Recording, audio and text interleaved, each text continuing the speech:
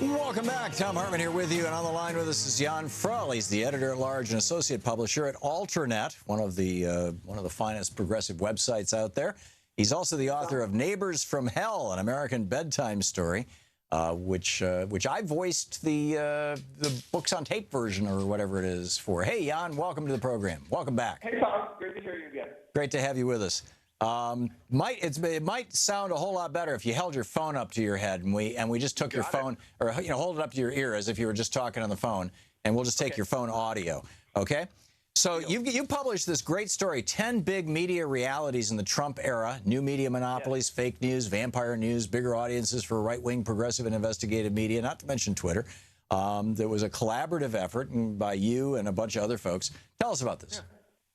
Well, I think one of the impetus, which is something interesting probably for you and your audience, is there's something about this political moment, this election, that forced a kind of a rethinking or just maybe even a thinking about the media landscape as part of the public conversation in a way I don't think we've had for a while. And it's by no means a national conversation, but it's been a wider one where people are a little bit more aware of the sources of information, the way people receive it, and basically the toxic effect that media sources and media relationships can have on people.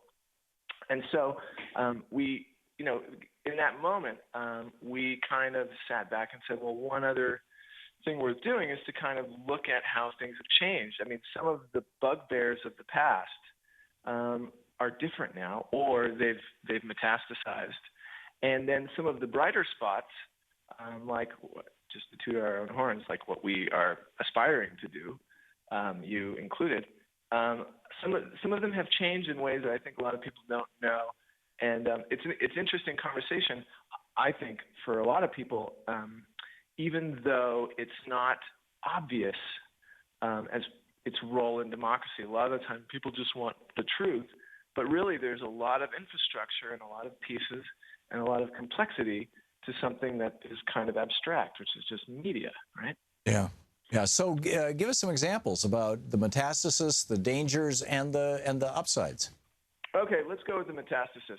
I think the first one is, and it's interesting because this line of critique is still valid, but I'd say if you and I were in the publishing business or in the media business in the 90s and the 2000s, which you and I were, we would kind of rail against the media monopolies of the book publishing industry and the three television networks and all that jazz.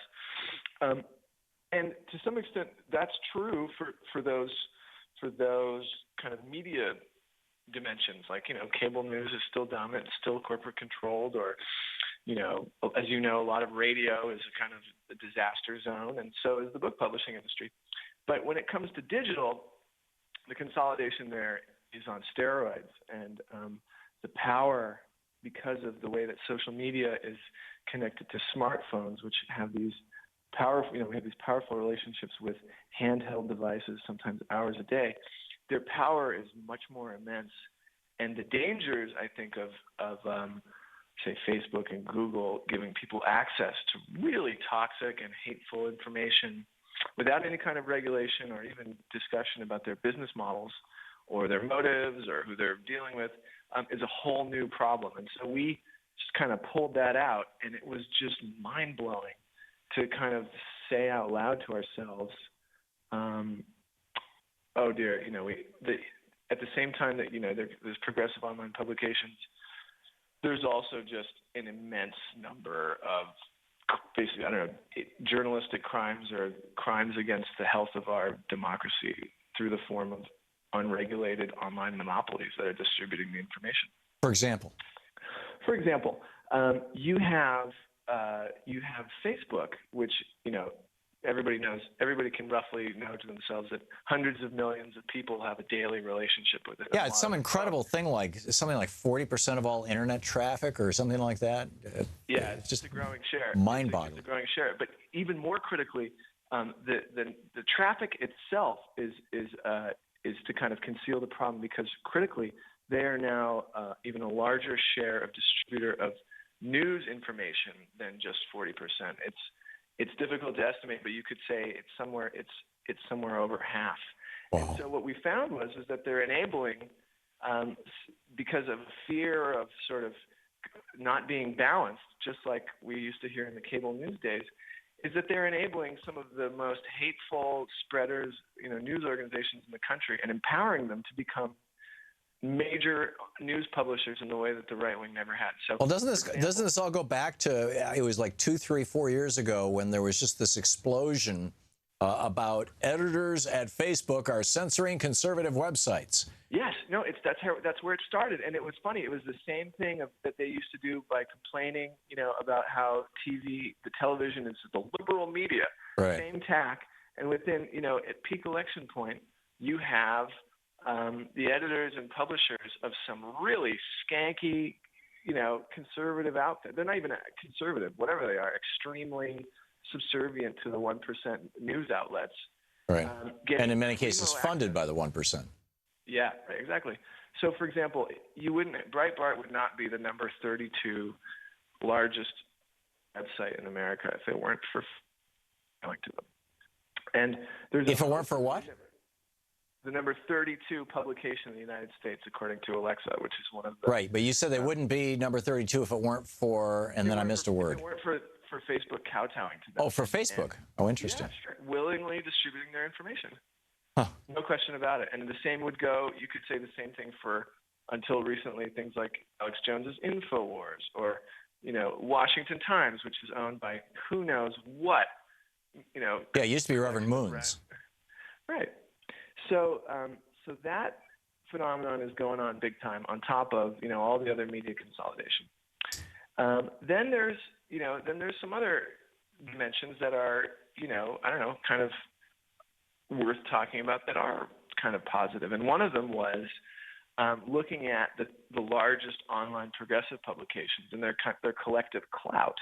Mm-hmm. It's not clear how much of an overlap they have, but we just from our eyeball listing determined that we got something like just the traffic to those websites. There's a lot of other ways that information gets transmitted, but just to those sites, we're looking at somewhere 40, 45 million people a day are receiving, better, not always perfect, progressive news. So, and this is sites like AlterNet, obviously, AlterNet.org, yeah. Raw Story, Mother Jones, Salon, The Guardian, Talking Points Memo, Think Progress.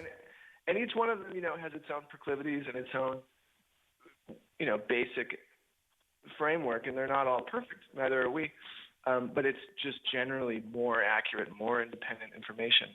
Yeah. And then the other thing we found was that there are two media personalities in particular, progressive media personalities. There aren't enough of them, in my opinion, that have really adapted to the landscape and figured out that they need to push through a number of platforms, and that where exactly their brand is more of a blur, but it also means that you're hitting a larger audience. And the two people, of course, are you and Amy Goodman.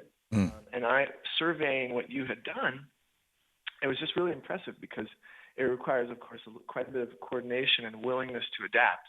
But it struck me that you had kind of met the challenge and sort of have done it in an independent way, in the same way that Amy Goodman has.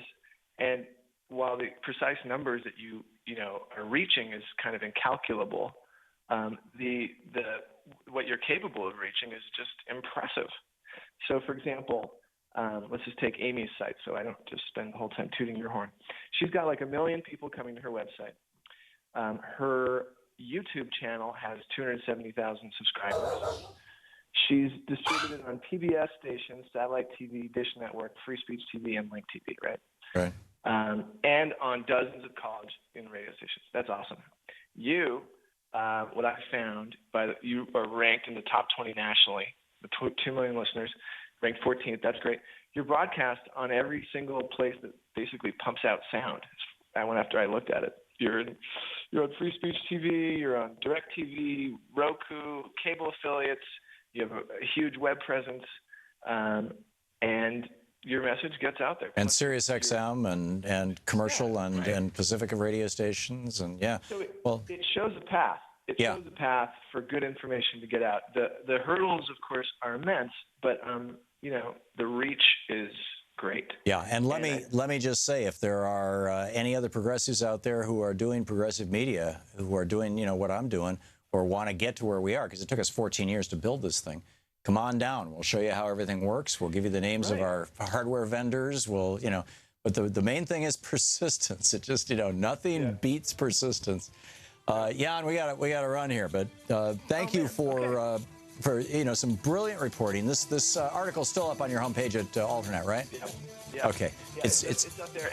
And the other piece of it, Thom, is I love what you were saying about trauma in the previous segment. That was great. Oh, thank you. Thank you. Yeah. The article is 10 Big Media Realities in the Trump Era. Check it out. It's at alternet.org. Jan Frel. Jan, thanks so much. Great talking to you. Great talking with you.